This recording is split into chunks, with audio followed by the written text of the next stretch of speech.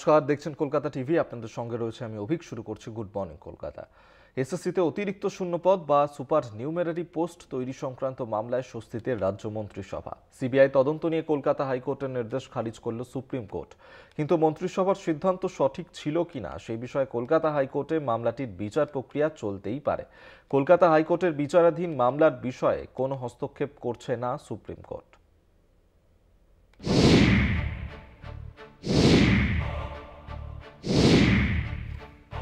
2022 সাল এসএসসির মাধ্যমে শিক্ষক নিয়োগের ক্ষেত্রে প্রায় 6000 অতিরিক্ত শূন্যপদ বা সুপার নিউমেরারি পোস্ট তৈরির সিদ্ধান্ত নিয়েছিল রাজ্য মন্ত্রিসভা। জানিয়ে তুঙ্গে উঠেছিল বিতর্ক, জল গড়িয়েছিল আদালত পর্যন্ত। প্রথমে হাইকোর্টের একক বেঞ্চ, পরে হাইকোর্টের বিশেষ বেঞ্চ এবং শেষে সুপ্রিম কোর্টের ডিভিশন বেঞ্চ মামলা শোনে। অতিরিক্ত শূন্যপদ তৈরির বৈধতা নিয়ে মামলা চলে 3 বছর ধরে। অবশেষে সেই মামলায় সুপ্রিম কোর্টে স্বস্তি মিলল রাজ্য মন্ত্রিসভার। মন্ত্রিসভার বিরুদ্ধে সিবিআই তদন্তের নির্দেশ খারিজ করল শীর্ষ আদালত। 2016 সালের এসএসসি নিয়োগে দুর্নীতির অভিযোগে 2011 সালে মামলা ওঠে কলকাতা হাইকোর্টে। সিবিআই তদন্তের নির্দেশ দেন তৎকালীন বিচারপতি অভিজিৎ গঙ্গোপাধ্যায়।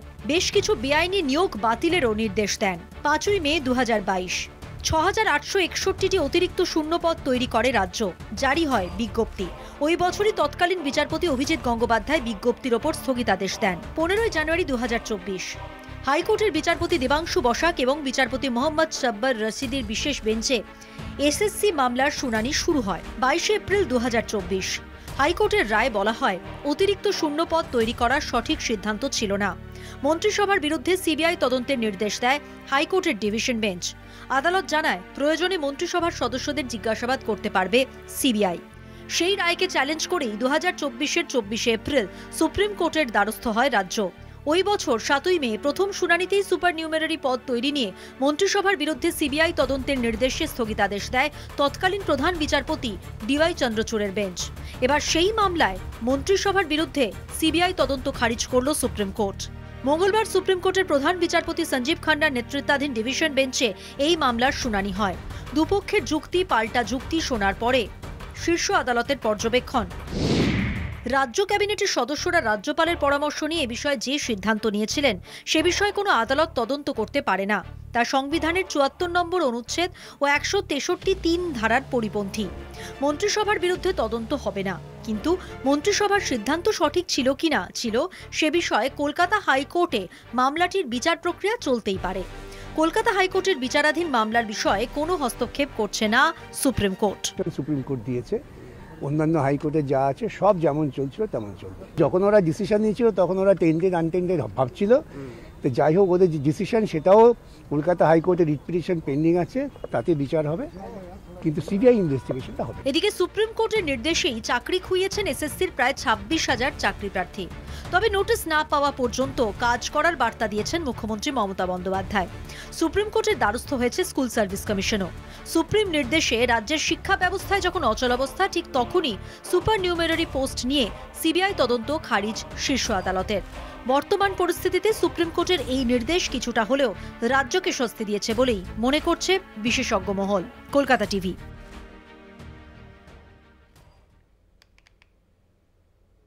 একদিকে বিশ্ব অর্থনীতিতে টানাপোড়েন, অন্যদিকে দেশীয় নীতিতেও অদূরদর্শিতা।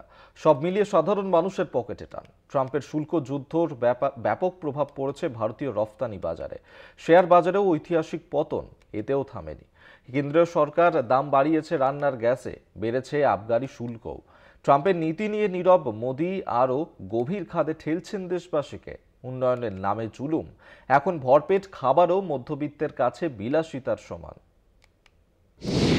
বিশ্ব অর্থনীতিতে টানাপোড়েন, দেশীয় নীতিতেও অদূরদর্শিতা। বিশ্ব অর্থনীতিতে টানাপোড়েন থাকতেই পারে, কিন্তু যখন দেশীয় নীতি নির্ধারণে অদূরদর্শিতা থাকে তখন সাধারণ মানুষের পকেটেই সবচেয়ে আগে টান পড়ে। ট্রাম্পের শুল্কযুদ্ধ যেমন বিশ্ববাজারে ধস নামিয়েছে, মোদির নয়া অর্থনীতিতেও ভারতীয় অর্থনীতিকে চরম সংকটে ঠেলে দিয়েছে। নোটবন্দি করে দেশের অর্থনীতিকে তলানিতে পাঠিয়েছিলেন নরেন্দ্র মোদি, যিনি যুক্তি দিয়েছিলেন কালো টাকা আসবে, গরিবরা বাঁচবে। ঠিক যেমন এখন ট্রাম্প বলছেন মাত্র 10% বড়লোক আমেরিকান নাকি শুধু তার নতুন শুল্ক নীতির চাপে পড়বে, কিন্তু বাস্তব অন্য কথাই বলছে। ভারতের উপর 26% শুল্ক আরোপ করেছে ট্রাম্প। যার ফলে বর্ধিত শুল্কের প্রভাব পড়তে চলেছে ভারতীয় সামুদ্রিক খাবার রপ্তানির বাজারে। বিশেষ করে প্রভাবিত হতে চলেছে চিংড়ির রপ্তানি, জানিয়েছে seafood exporters association of India. Global trade research ইনিশিয়েটিভের রিপোর্ট অনুসারে লোহা ও ইস্পাত পণ্যের রপ্তানিতে 18% হ্রাস হতে পারে। হিরে সোনা রপ্তানির ক্ষেত্রেও 15.3% হ্রাসের আশঙ্কা। যানবাহন ও যানবাহনের যন্ত্রাংশের রপ্তানিও 12.1% কমে যেতে পারে। ইলেকট্রিক্যাল, টেলিকমিউনিকেশন এবং ইলেকট্রনিক পণ্যের রপ্তানিও 12% কমতে পারে। সোমবার শেয়ার বাজারে ঐতিহাসিক পতনের দিনে কেন্দ্র সরকারের তরফে রান্নার গ্যাস ও আবগারি শুল্ক বৃদ্ধির সিদ্ধান্ত যেন আগুনে ঘি ঢালার সমান। ফের বাড়ল রান্নার গ্যাসের দাম। সপ্তাহের প্রথম দিন কিন্তু বাজারে যেন শুক্রবারের খারাপ স্বপ্ন নিয়ে ঘুম ভেঙেছে। সেন্সেক্স প্রায় ৩,৯০০ পয়েন্ট পড়েছে ৭২,০০০-এ। নিফটি হারিয়েছে ১১০০ পয়েন্টের বেশি। ক্ষতির অঙ্ক প্রায় ২০ লক্ষ কোটি টাকা। বিনিয়োগকারীরা আতঙ্কিত। কর্পোরেট মহলে এই ধস যেন এক আর্থিক ভূমিকম্প। বিশ্বজুড়ে ট্রাম্পের নতুন শুল্ক নীতি ইতিমধ্যেই মার্কিন বাজারকে অস্থির করেছে। তার আঘাত এসে পড়েছে এশিয়ার বাজারেও। কিন্তু ভারতের পতনের জন্য কেবল বাইরের হাওয়া দায়ী নয়, মোদির নীতিগত হঠকারিতাও দায়ী। শুধু বাজার নয়, জীবনযাত্রার মানও পড়ে যাচ্ছে গভীর খাদে। গ্যাস কেনা, ওষুধ কেনা, এমনকি রান্না করাটাও আজ বিলাসিতা হয়ে দাঁড়িয়েছে। গভীর খাদে জীবনযাত্রার মান। এক ধাক্কায় 50 টাকা বেড়েছে রান্নার গ্যাসের দাম। কলকাতায় 14.2 কেজি সিলিন্ডারের দাম এখন 879 টাকা। উজ্জ্বলা যোজনার অন্তর্ভুক্ত ভর্তুকিপ্রাপ্ত সিলিন্ডারও এখন 553 টাকা। জ্বালানির সঙ্গে পাল্লা দিয়ে বাড়ছে জীবনদায়ী ওষুধের দামও। অন্যদিকে আন্তর্জাতিক বাজারে যখন অপরিশোধিত তেলের দাম নিম্নমুখী, তখন কেন্দ্রীয় সরকার ভারতে বাড়িয়ে দিয়েছে আবগারি শুল্ক। সাধারণ মানুষ বলছেন, উন্নয়নের নামে চলছে জুলুম। মোদির অর্থনৈতিক সিদ্ধান্তগুলিও দেশের মধ্যবিত্ত ও গরিব মানুষের জন্য হয়ে দাঁড়িয়েছে এক নীরব শোষণ। 2014 সালে পেট্রোলের ওপর আবগারি শুল্ক ছিল 9.48 টাকা। 2021 সালে তা দাঁড়ায় 27.90 টাকায়। ডিজেলেও প্রায় 6 গুণ শুল্ক বৃদ্ধি। 2025 সালে নতুন করে শুল্ক বৃদ্ধি। অথচ কেন্দ্র বলছে এই বাড়তি দাম গ্রাহকরা টের পাবেন না। তেল বিপণন সংস্থাগুলি নাকি এই বোঝা বহন করবে। বাস্তবে ফল কি তা সময় বলবে। মমতা বন্দ্যোপাধ্যায় এই পরিস্থিতিকে আক্রমণ করে বলেছেন, মোদির সরকার বিকাশের নামে ভারতবাসীর শেষ সঞ্চয়টুকুও শুষে নিচ্ছে। বিজেপি এখন আর সরকার চালাচ্ছে না, চালাচ্ছে পকেট কাটার কর্মসূচি। মা বোনেরা ওদের বলবেন, বাহবা নন্দলাল, 1149 টাকার গ্যাসে ফুটছে বিনা পয়সার চাল। শেয়ার বাজারে এই ধস আর মূল্যবৃদ্ধির যৌথ অভিঘাতে দেশজুড়ে অস্থিরতা বাড়ছে। মুদ্রাস্ফীতি, বেকারত্ব, সঞ্চয়ের ধস সব মিলিয়ে ভারতীয় অর্থনীতি যেন এক অন্ধকার সুড়ঙ্গে ঢুকে পড়েছে। জনগণ প্রশ্ন তুলছেন, এ কোন আছে দিন যেখানে ভরপেট খাবারও এখন বিলাস? কলকাতা টিভি। জীবনদায়ী ওষুধ, পেট্রোল, ডিজেলের পর রান্নার গ্যাস। এক ধাক্কায় 50 টাকা বৃদ্ধিতে আর্থিক চাপ বাড়ল আমজনতার। বিশ্ববাজারে যখন অপরিশোধিত তেলের দাম কমছে, তখনই পেট্রোপণ্যের দাম বাড়ানোর সিদ্ধান্ত কার স্বার্থে নিল কেন্দ্র? মুখ্যমন্ত্রী মমতা বন্দ্যোপাধ্যায় কেন্দ্রের এই সিদ্ধান্তের প্রতিবাদে সরব হয়েছেন। রান্না গ্যাসের দাম বৃদ্ধিতে ফের সংকটে গৃহস্থ। এক ধাক্কায় সিলিন্ডার প্রতি রান্না গ্যাসের দাম 50 টাকা বাড়িয়েছে কেন্দ্রের সরকার। ফলে কলকাতায় 14.2 কেজি ওজনের সিলিন্ডারের দাম দাঁড়িয়েছে 879 টাকা। ভর্তুকিযুক্ত উজ্জ্বলা যোজনায় গ্যাসের সিলিন্ডারের দাম বেড়ে হয়েছে 553 টাকা। গত সপ্তাহে প্রায় 67.5 ওষুধের দাম বাড়িয়েছে কেন্দ্রীয় সরকার। বর্ধিত দামের তালিকায় ক্যান্সার সহ বেশ কিছু জীবনদায়ী ওষুধের নামও রয়েছে। ওষুধের দাম বৃদ্ধির বিরুদ্ধে প্রতিবাদে মুখ্যমন্ত্রী মমতা বন্দ্যোপাধ্যায়ের নির্দেশে পথে নামে তৃণমূল। এবার রান্না গ্যাসের মূল্য বৃদ্ধির বিরুদ্ধেও সরব হয়েছেন তিনি। এই মূল্য বৃদ্ধির বিষয়ে মমতার নিশানায় প্রধানমন্ত্রী নরেন্দ্র মোদী। মমতার মতে, মোদী সরকারের বিকাশে প্রকৃত অর্থ ভারতীয়দের শেষ সম্বলটুকু শুষে নেওয়া। জীবনদায়ী ওষুধ থেকে পেট্রোল, ডিজেল, রান্না গ্যাসের মতো নিত্য প্রয়োজনীয় সামগ্রী ধীরে ধীরে মহার্ঘ হয়ে উঠছে। কেন্দ্রকে বিধে মমতার দাবি, মধ্যবিত্ত পরিবারগুলির সঞ্চয় ডুবছে, বাড়ছে ধারের বোঝা। এমন অবস্থায় কেন্দ্রের সরকার পরিবারগুলির সংসারের খরচের উপর চাপ বাড়াচ্ছে। বিজেপি কেন্দ্রে সরকার চালাচ্ছে না, আম জনতার পকেট কাটছে। এই প্রসঙ্গে মুখ্যমন্ত্রী মমতা কটাক্ষে বিদ্ধ করেছেন প্রধানমন্ত্রী মোদীকে। সমাজ মাধ্যমে তার পুরনো স্লোগানই ফের পোস্ট করেছেন তিনি। বাবা নন্দলাল, 1000 টাকায় গ্যাসে ফুটছে বিনা পয়সার চাল। কেন্দ্রের বিরুদ্ধে মমতার আক্রমণের জবাবে বাংলার মুখ্যমন্ত্রীকেই পরোক্ষে দূষেছেন কেন্দ্রীয় মন্ত্রী তথা রাজ্য বিজেপির সভাপতি সুকান্ত মজুমদার। সমাজ মাধ্যমে সুকান্তের সওয়াল, সাম্প্রতিক মূল্য সংশোধনের পরেও একটি সিলিন্ডার যার আগের দাম ছিল 1028 টাকা, এখন উজ্জ্বলার জন্য 553 টাকায় এবং সাধারণ গ্রাহকদের জন্য 853 টাকা ধার্য করা হয়েছে। বাকি অর্থ ভর্তুকি দেয় কেন্দ্র। ভুল বোঝানোর পরিবর্তে পেট্রোল ও ডিজেলের ওপর ভ্যাট কবে কমাবেন? বিজেপি সভাপতি যতই যুক্তি সাজান না কেন, প্রশ্ন উঠছে যেদিন বিশ্ববাজারে অপরিশোধিত তেলের দাম অনেকটা হ্রাস পেয়েছে তার অব্যবহিত পরেই কেন্দ্র পেট্রোপণ্যের দাম বাড়ানোর সিদ্ধান্ত নিল কিসের ভিত্তিতে? তবে এই বিতণ্ডায় ইউপিএ জামানায় বিজেপি নেতাদের একটি বিক্ষোভের ছবি অস্বস্তির কারণ হয়ে উঠেছে বঙ্গ বিজেপির, যেখানে বিজেপি নেত্রী স্মৃতি ইরানির সঙ্গে বাংলার বিজেপি নেতারা গ্যাস সিলিন্ডারের দাম বৃদ্ধির বিরুদ্ধে পথে নেমে বিক্ষোভ দেখাচ্ছিলেন। সমাজ মাধ্যমে সেই ছবি তুলে ধরে কেন্দ্রের শাসককে বিঁধেছে Trinamool. Kolkata TV. Good morning Kolkata. এখন সময় একটা ছোট্ট বিরতির পর ফিরছি, সঙ্গে থাকুন। গৃহযুদ্ধই বটে, রাজনীতির ময়দানে আছড়ে পড়েছে ব্যক্তি আক্রোশের ঢেউ। তৃণমূলের তিনজন সাংসদের উদ্দেশ্যে চতুর্থ সংসদের সপাট কটূক্তি তালগোল পাকিয়েছে ঘাসফুলের অন্দরে। সৌগত রায়, কীর্তি আজাদ ও মহুয়া মৈত্রকে শ্রীরামপুরের সাংসদ কল্যাণ বন্দ্যোপাধ্যায়ের বেনজির আক্রমণ প্রকট করেছে দলের অন্তর্কলহ। জল গড়িয়েছে কালীঘাটের চৌকাঠে। রাজনীতির ময়দানে একরকম নজির বললেও কম বলা হয়। তৃণমূলের এক সাংসদ লোকসভায় দলেরই তিনজন সতীর্থকে এক বন্ধনীতে টেনে আক্রমণ শানাচ্ছেন, চড়া সুরে ক্ষোভ উগরে দিচ্ছেন। সাম্প্রতিককালে এহেন দৃষ্টান্ত মনে করতে পারছেন না রাজনীতির কারবারিরা। গোটা ঘটনার কেন্দ্রে অবশ্যই শ্রীরামপুরের সাংসদ কল্যাণ বন্দ্যোপাধ্যায়। তার নিশানায় বর্ধমান দুর্গাপুরের সাংসদ কীর্তি আজাদ, কৃষ্ণনগরের সাংসদ মহুয়া মৈত্র ও দমদমের সাংসদ সৌগত রায়। যদিও মহুয়ার নাম সযত্নে এড়িয়ে গিয়েছেন কল্যাণ, কিন্তু যেসব ইঙ্গিত দিয়েছেন তাতে কল্যাণ কাকে বুঝিয়েছেন রাজ্য রাজনীতিতে তা জলের মতো পরিষ্কার। এই যে মহিলা এমপি গত কিছুদিন আগে আমাকে ছোট লোক বলেছে ইন দি পার্লামেন্ট ইটসেলফ। এই মহিলা এমপি আমার মেয়ে নিয়ে কথাবার্তা বলেছে। এই মহিলা এমপিকে সবসময় সে যত টাইম চাইবে সেই টাইম দিতে হবে। ওর রাগ হচ্ছে আমি কেন ওয়াকআপ বিলে বলেছি। এখানেই থেমে থাকেননি কল্যাণ, মহুয়ার নাম না করে তার অতীত তুলে স্পষ্ট করেছেন নিজের বক্তব্য। 2009-এর পর এসছে, কেউ তো একজন কংগ্রেসের কোনো মহিলা এমপি তো কংগ্রেসের কোনো এক বড় নেতার বান্ধবী বলে রাজনীতিতে ঢুকে গেছিল জেলাতে। এদের সব ব্যাকগ্রাউন্ড এখানে, তো ন্যাচারালি আই ওয়াজ অ্যানয়েড। ভাই আমি কেন এটা মানবো? আমি কীর্তি আজাদকে বাইরের রাজ্যের লোক বলে কটাক্ষ কল্যাণের। সংসদ ভবনের ক্যান্টিনে দিল্লির চিত্তরঞ্জন পার্কের একটি মিষ্টির দোকানের শাখা খোলা নিয়ে কীর্তির সওয়ালের জেরে দুই সাংসদের মতবিরোধ তীব্র হয় ও তার জেরেই কল্যাণের কটাক্ষ। পার্টির উইদাউট কনসেন্ট কে দোকান খুলবে এটা কি করে হয়? আর আমরা তৃণমূল কংগ্রেস প্রাইভেট ব্যবসাতে কখনো আমরা ইন্টারেস্টেড নই। তৃণমূলের বর্ষিয়ান সাংসদ সৌগত রায়কেও ছাড়েননি শ্রীরামপুরের সাংসদ। দমদমের সাংসদের কোনো চরিত্র নেই, নারদার টাকা নিয়েছিল বলে অভিযোগ শানান কল্যাণ। নারদার চোর ও এ রোড থেকে গিফট নেওয়ার সব চোর এক জায়গায় হতে বেশি সময় নেয় না বলে মন্তব্য কল্যাণের। গিফট কাণ্ডে গত মেয়াদে মহুয়াকে সংসদ থেকে বহিষ্কার করা হয়েছিল।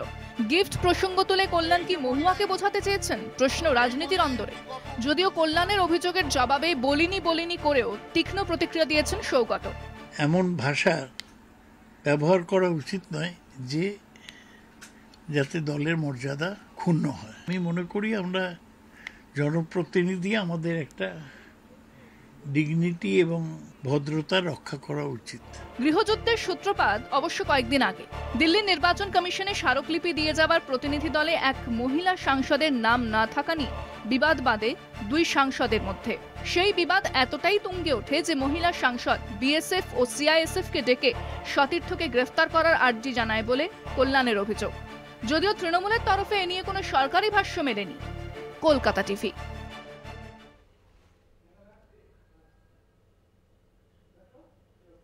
এখন সময় আরো একটা বিরতির পর ফিরছি, সঙ্গে থাকুন। একদিকে বিরোধীদের চাপ, অন্যদিকে দেশজোড়া বিভ্রান্তি। ওয়াকফ বিল নিয়ে মুসলিম সমাজের বিভ্রান্তি কাটাতে এবার আসবে আরএসএস। নয়া ওয়াকফ বিল যে দেশের সমগ্র মুসলিম গোষ্ঠীর সমানাধিকার ও স্বাভিমান জোরদার করবে সে কথা বোঝাতে আগামী দিনে 100 সাংবাদিক সম্মেলন ও 500-র বেশি সেমিনার করার সিদ্ধান্ত নিয়েছে আরএসএস অনুমোদিত মুসলিম রাষ্ট্রীয় মঞ্চ। মূলত কেন্দ্রের বিজেপি সরকারের বিরুদ্ধেই মুসলিম সমাজের এককাট্টা হওয়ার প্রক্রিয়ায় জল ঢালতেই আরএসএসের এই চাল বলেই মত বিরোধীদের একাংশের।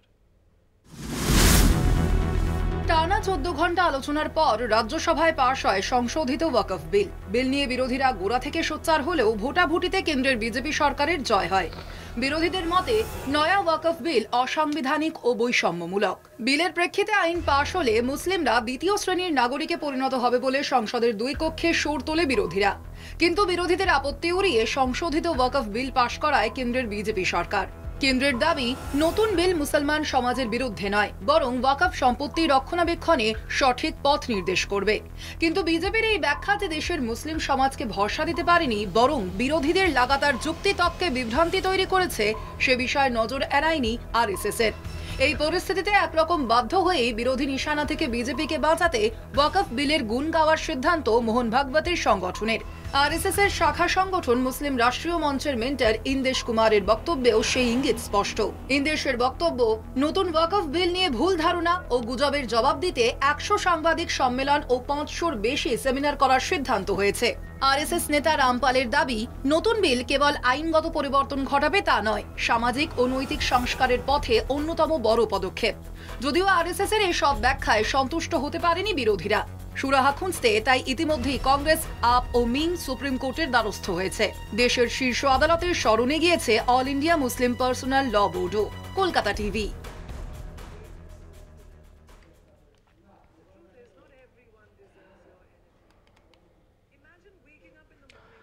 টার্গেট মোদীকে গদিচ্যুত করা, সেই লক্ষ্য পূরণে মোদী ম্যাজিককেই হাতিয়ার করছে কংগ্রেস। তাই মোদীগড় গুজরাটে আয়োজিত কংগ্রেস ওয়ার্কিং কমিটির সভায় সাংগঠনিক ক্ষমতার বিকেন্দ্রীকরণ নিয়ে আলোচনায় হাত শিবির।